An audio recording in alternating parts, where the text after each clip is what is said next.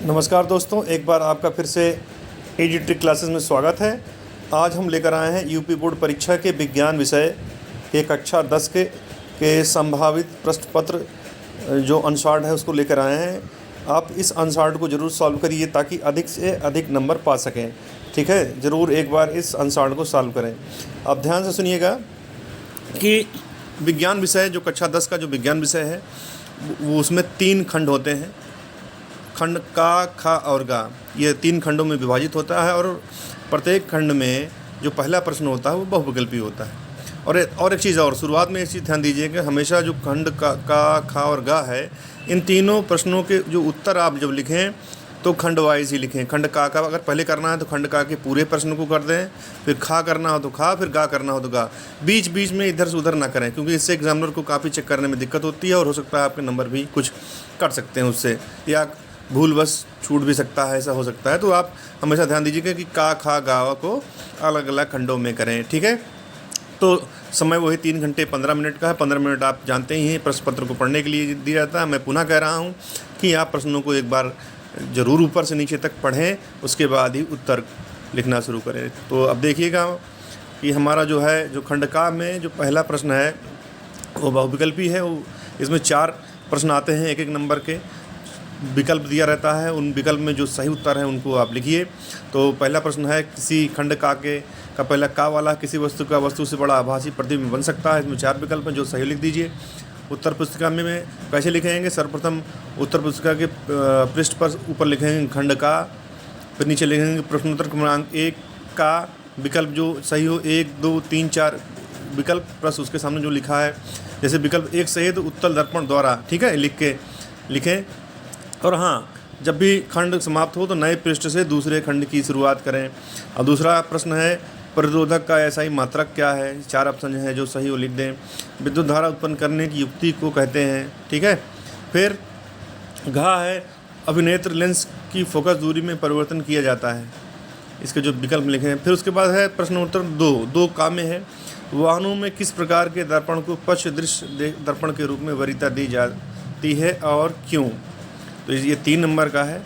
ठीक है, उसके बाद है प्रश्नोत्तर नंबर 2 का खा, किसी अवतल लेंस की फोकस दूरी 15 सेंटीमीटर, वस्तु को लेंस से कितनी दूरी पर रखें कि इसके द्वारा वस्तु का लेंस से 10 सेंटीमीटर दूरी पर प्रतिबिंब बने। यह 2 नंबर का है। इसी का प्रश्नोत्तर 2 का गा भी है, जरा दृष्टिदोष क्या है, इसका निवारण कैसे करते हैं? दोनों इसमें 2 नंबर हैं। जरा दृष्टिदोष क्या है, इसका 1 नंबर है। इसका निवारण कैसे होता है, 1 नंबर है। ठीक है, हेडिंग डाल के लिखिएगा तो आपको दोनों नंबर मिल जाएंगे। प्रश्नोत्तर नंबर 3 का में प्रकाश के परिवर्तन के नियमों को लिखिए। 20 सेंटीमीटर वक्रता त्रिज्या वाले अवतल दर्पण के सामने एक 5 सेंटीमीटर दूरी पर, दूसरा 15 सेंटीमीटर दूरी पर कोई वस्तु रखने पर प्रत्येक स्थिति में प्रतिबिंब कहाँ और कैसे बनेगा ज्ञात कीजिए। यह 4 नंबर का है। 2 + 1 + 1 अलग अलग करिएगा तो उससे आपको 4 नंबर मिलेंगे। और अथवा लिखा हुआ है। इन दोनों प्रश्नों में से जो भी आपको अच्छा लगे, जो सही से याद हो पूरी तरह से, उसी को लिखिएगा।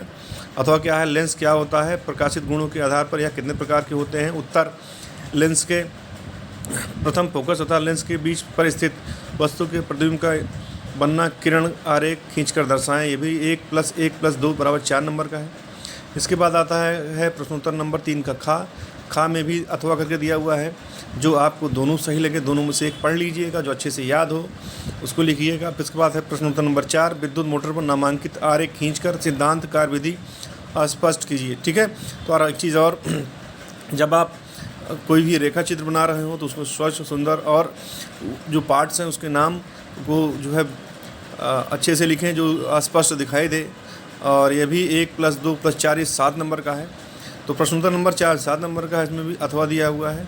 परिनालिका किसे कहते हैं? परिनालिका चुंबक की भांति कैसे व्यवहार करती है? किसी क्षण चुंबक की सहायता से विद्युत धारावाही परिनालिका के उत्तर तथा दक्षिण ध्रुव का निर्धारण कैसे करते हैं? अब आते है हमारा खंड खा। तो जैसे ही खंड खा शुरू करेंगे, नए पृष्ठ से ऊपर लिखेंगे खंड खा।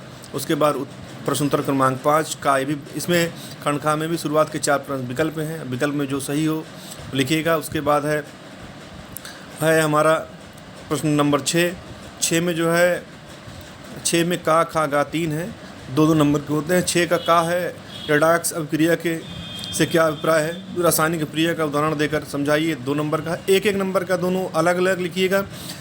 ठीक है, तो समझ में आएगा। दूसरा खा है बेकिंग सोडा बनाने की विधि का उपयोग लिखिए, 2 नंबर के भी है। गा है आधुनिक आवर्त नियम क्या है, आवर्त सारणी के किसी आवर्त में बाएं से दाएं जाने पर परमाणु त्रिज्या में क्या परिवर्तन होता है, 1 + 1 2 नंबर का है।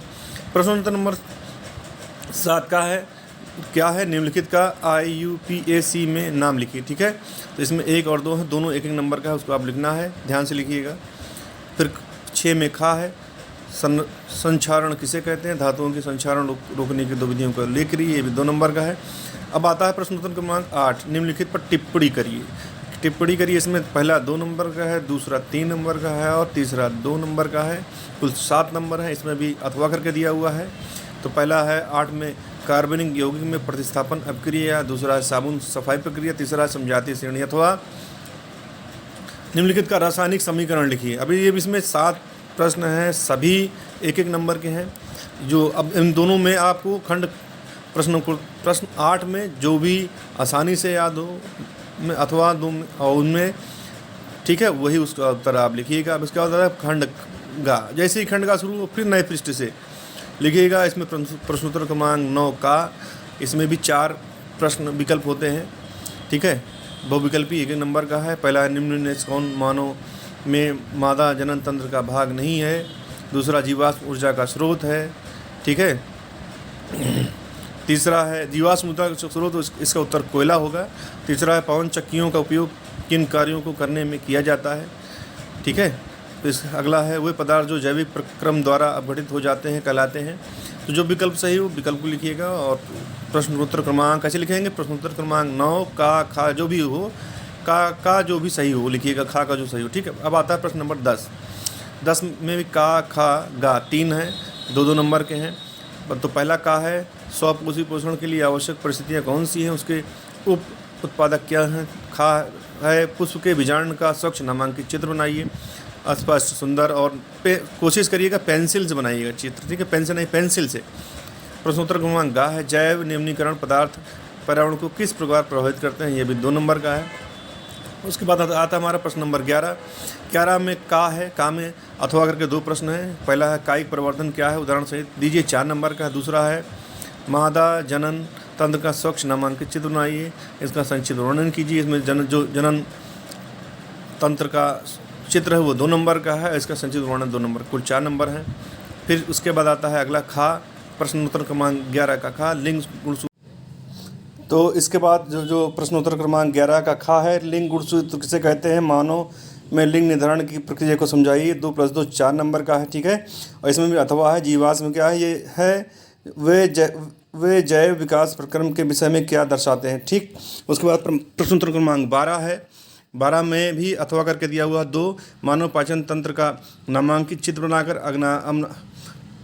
अमाशय तथा क्षुद्रांत में होने वाले पाचन क्रिया का वर्णन कीजिए, अथवा पादपों में परिवहन से आप क्या समझते हैं। पौधों में जल भोजन तथा अन्य पदार्थों के स्थानांतरण को स्पष्ट कीजिए, इसमें भी 3 + 2 + 2 नंबर का है, तो स्पष्ट रूप से लिखिएगा। और ऐसे ही और भी इस वीडियोस विषय के देखने के लिए मेरे चैनल को लाइक करें, सब्सक्राइब करें और शेयर करें। ठीक है दोस्तों, नमस्कार, धन्यवाद।